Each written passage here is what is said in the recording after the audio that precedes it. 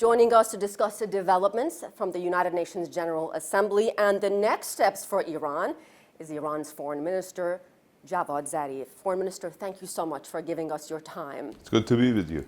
A lot of tough rhetoric from U.S. President Donald Trump at the United Nations General Assembly last week. Iran's leaders sow chaos, death, and destruction. They do not respect their neighbors or borders or the sovereign rights of nations. Instead, Iran's leaders plunder the nation's resources to enrich themselves and to spread mayhem across the Middle East and far beyond. We also heard from President Rouhani and his response and his accusations and criticism of U.S. policies. Is this a new low for U.S.-Iran relations? And is there really a chance for dialogue in this kind of climate, Foreign Minister? I think it is a new low for U.S. world relations. You saw the isolation of President Trump in the General Assembly, and then you saw his isolation in the Security Council meeting, where he had specifically designed the meeting to bash Iran and turned out 14-1 to supporting the nuclear deal and criticizing the United States for having withdrawn from the deal. So this is not the low point for Iran-US relations, this is a low point for the US in its relations with the world.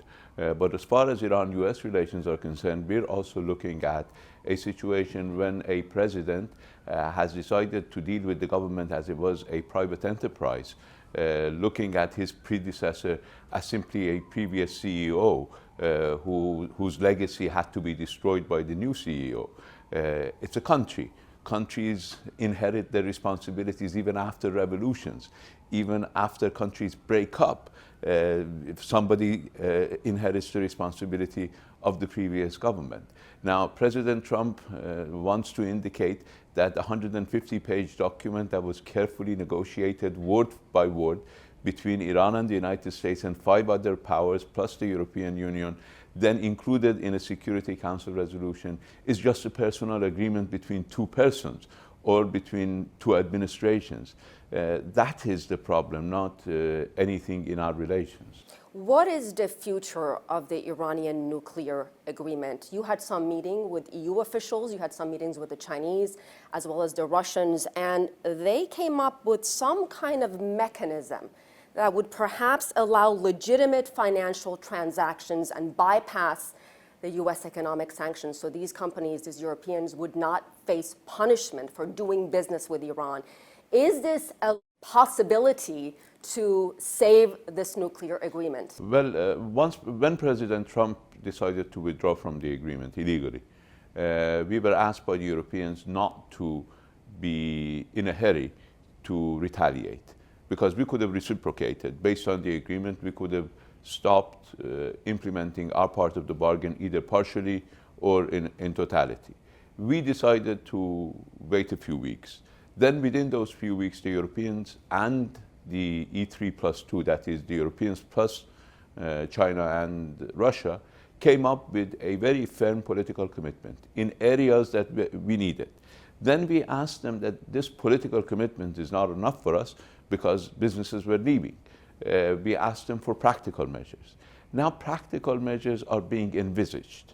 We want those practical measures to be put in place, and we want to see how they operate. As you said, the real test is in seeing whether private enterprises, government companies, oil companies can in fact continue to buy oil from us, to invest in Iran, to engage with Iran without fear of this US illegal sanctions.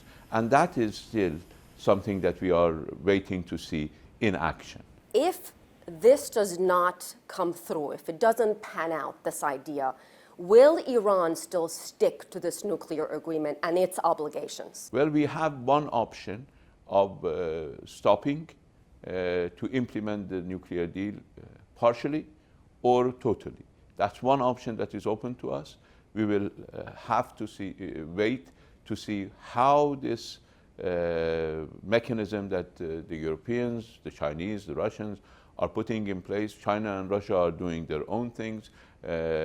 Other countries are contemplating various mechanisms to continue to do trade with Iran.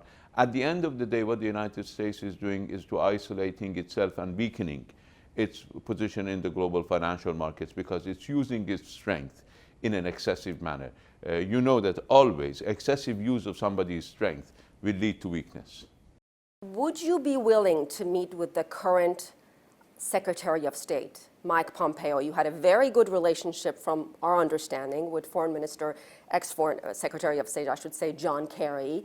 You met with him a number of times, creating quite a lot of controversy in the Trump administration. If Mike Pompeo called you up, Foreign Minister Zarif, and said, Foreign Minister, let's have a meeting, let's talk, let's try to figure this out, would you be willing to meet with Mike Pompeo? Well, I've always been open to dialogue, but dialogue does not require mutual trust. It requires mutual respect. And mutual respect starts with respecting yourself. That is, respecting your own commitments, respecting what you have agreed to. Secretary Pompeo does not represent an individual. He represents the United States government. And the United States, according to international law, is committed to the JCPOA. It is obliged to observe JCPOA, not only because it was the result of not just few meetings, but many meetings, long meetings, probably the longest meetings between two foreign ministers in the history of the United States and in the history of Iran. The longest meetings between any two foreign ministers have taken place between us. Then 5 other countries, plus the European Union, endorsed it, and then it became a Security Council resolution. So if President Trump and Secretary Pompeo believe that this is a personal deal between Secretary Kerry and myself, they need to look at Security Council Resolution 2231. Last I checked, United States is still a permanent member of the Security Council. President Trump sat on the seat of the President of the Security Council, so they should respect the House that they represent. One of the many reasons the Trump administration seems to have a problem with this nuclear agreement, calling it the worst deal ever, calling it a disaster, is because they say it does not address Iran's ballistic missile program. And I'm quoting here, Iran's malign, destabilizing activities in Yemen, in Syria, and then there was another episode in Iraq, which I'd like to ask you about, in Basra. Is Iran contributing to destabilizing Yemen, which is being called one of the worst humanitarian crises facing the world right now, in Syria? And what is happening, Foreign Minister, in Basra? Well, first of all, we agreed, it was nobody's concession to the other side that the nuclear deal should stick to the nuclear issues.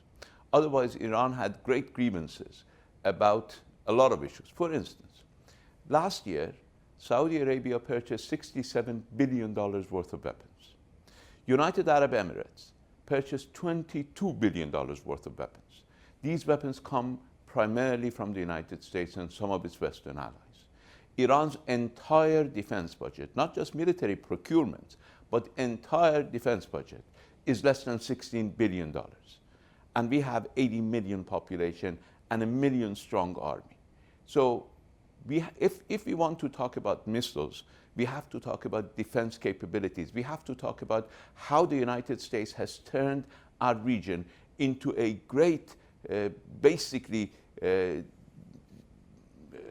warehouse for the most sophisticated nuclear weapons, the most sophisticated conventional weapons in the world, and has turned our region into an explosive powder keg. This needs to be addressed. As far as regional issues are concerned, look at what Iran has done and what the United States and its allies have done.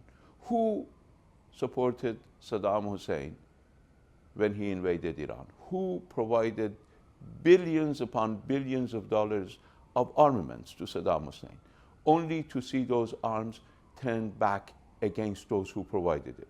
Who supported the Taliban? Which were the governments that recognized Taliban when they first destabilized Afghanistan? Who financed ISIS? Who financed all these extremist groups? Was it Iran? Who imprisoned the prime minister of another country for several weeks, bringing Lebanon to the brink of civil war? These are the questions that this administration needs to answer. US presence in our region has been a destabilizing force. Iranian, we're not present in the region, this is our region. US has come 7,000 miles away from its shores to be in our region and to cause trouble for us, to cause trouble for regional countries, to cause trouble for the people of the region. Look at what has happened in Iraq. As far as Basra is concerned, in Basra, our consulate was burned to the ground 3 weeks ago. We did not leave. We established a new consulate, and it is up and running 2 days after the previous consulate was burned down. Should we make anybody responsible for that?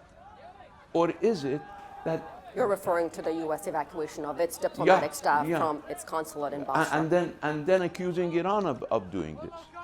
The United States... Did Iran have any role No, we have no role in that, and it is obvious that Iran is in Iraq in order to help the people of Iraq. But it doesn't mean that the people of Iraq are under our control. People of Iraq are in their own country doing what they do, and we have been there in order to assist them, and we will continue to assist them in fighting terrorism and extremism, which unfortunately has historically been supported by US allies in the region. A lot more to talk about, but first we have to take a quick break. Stay with us. You're watching a special edition of The Heat.